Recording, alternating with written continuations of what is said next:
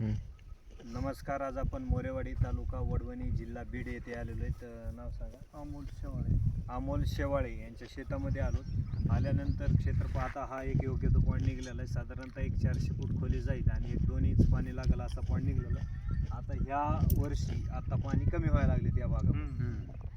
नाहीतर पाऊस काळ चांगला असला तर पाणी राहतंय, पण जानेवारी आला की हर एक ठिकाणी हीच परिस्थिती, पाणी कमी होते. नंतर प्यायची व्यवस्था म्हणजे असं होतं. त्याच्यामुळे थोडं 400 फूट करा, डीप केल्यानंतर टाईम चालेल.